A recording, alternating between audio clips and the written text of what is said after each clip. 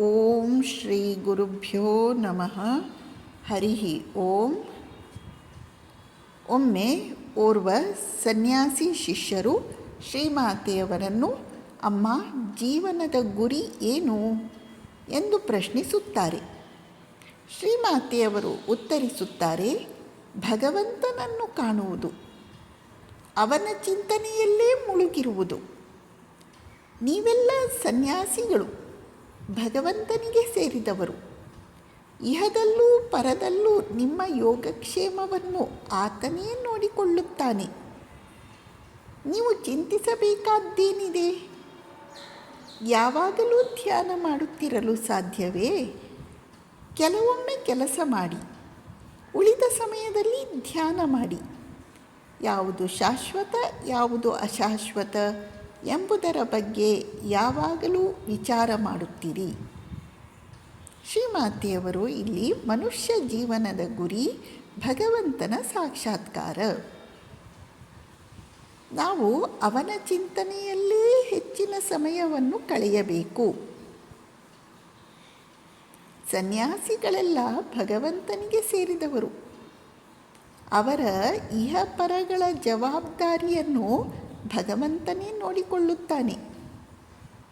ಆದ್ದರಿಂದ ಚಿಂತಿಸಬೇಕಾಗಿಲ್ಲ. ಎಷ್ಟು ಸಾಧ್ಯವೋ ಧ್ಯಾನ ಮಾಡಿ, ಉಳಿದ ಸಮಯವನ್ನು ಸತ್ಕರ್ಮಗಳಲ್ಲಿ, ನಿಷ್ಕಾಮ ಕರ್ಮದಲ್ಲಿ ತೊಡಗಿಸಿ. ಮತ್ತು ಸದಾ ಯಾವುದು ಸತ್ಯ, ಯಾವುದು ಅಸತ್ಯ ಎಂದು ಸದಸತ್ ವಿಚಾರವನ್ನು ಮಾಡುತ್ತಿರಬೇಕು. ಇದು ಶ್ರೀಮಾತೆಯವರ ಕಿವಿ ಮಾತು.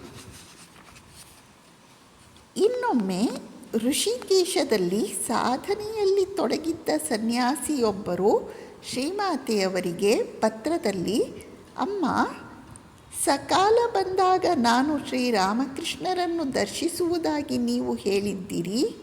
ಆದರೆ ನನಗಿನ್ನೂ ಅವರ ದರ್ಶನವಾಗಲಿಲ್ಲವಲ್ಲ, ಏಕೆ ಎಂದು ಪ್ರಶ್ನಿಸುತ್ತಾನೆ. ಶ್ರೀಮಾತೆಯವರು ಉತ್ತರಿಸುತ್ತಾರೆ, ನೀನು ಋಷಿಕೇಶಕ್ಕೆ ಹೋಗಿದ್ದೀಯಾ ಎಂದ ಮಾತ್ರಕ್ಕೆ ಶ್ರೀರಾಮಕೃಷ್ಣರೇನು ನಿನಗಾಗಿ ಬಂದು ದರ್ಶನವನ್ನು ಕೊಡಬೇಕೇನು? ನೀನು ಸನ್ಯಾಸಿ. ದೇವರನ್ನು ಕರೆಯುವುದನ್ನು ಬಿಟ್ಟರೆ ನಿನಗೆ ಇನ್ನೇನು ಕೆಲಸ? ಭಗವಂತ ತನಗೆ ಇಚ್ಛೆಯಾದಾಗ ದರ್ಶನವನ್ನು ಕೊಡುತ್ತಾನೆ.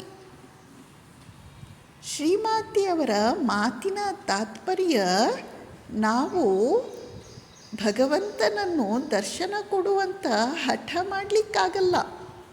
ಅವನು ತನಗೆ ಯಾವಾಗ ಇಚ್ಛೆಯಾಗುತ್ತದೆಯೋ ಆಗ ದರ್ಶನ ಕೊಡುತ್ತಾನೆ. ನಾವು ಮಾತ್ರ ತಾಳ್ಮೆಯಿಂದ ಮತ್ತೆ ಮತ್ತೆ ಸಾಧನಾ ನಿರತರಾಗಿರಲು ಪ್ರಯತ್ನವನ್ನು ಮಾಡಬೇಕು. ಭಗವಂತನ ಹತ್ತಿರ ಹಠ ನಡೆಯುವುದಿಲ್ಲ. ಅವನ ಕೃಪೆಯೊಂದೇ ಉಪಾಯ. ನಮಸ್ಕಾರ.